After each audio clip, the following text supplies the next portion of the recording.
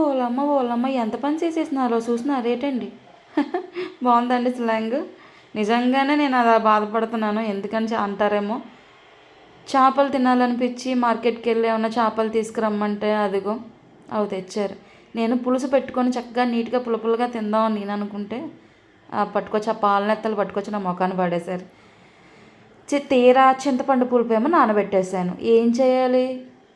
ఎప్పుడైనా నెత్తల పులుసు ట్రై చేశారా? నేను కూడా ఇదే ఫస్ట్ టైం.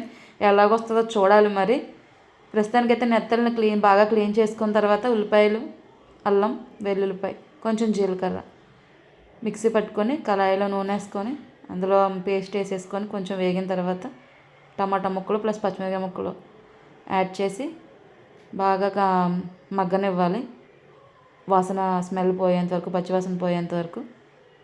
తర్వాత మనం క్లీన్ చేసుకున్న నెత్తళ్ళు ఉన్నాయి కదా, అందులో కొంచెం అవి వేసి అందులో కొంచెం వేసి కలపొద్దు.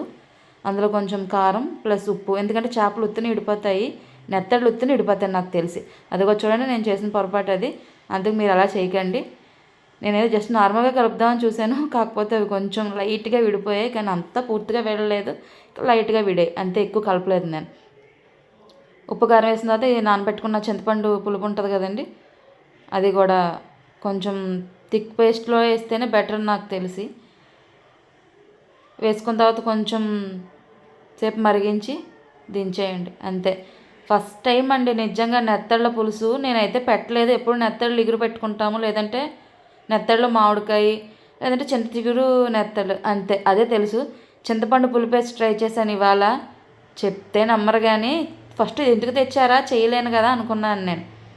కానీ చాలా బాగా వచ్చిందండి కర్రీ అయితే.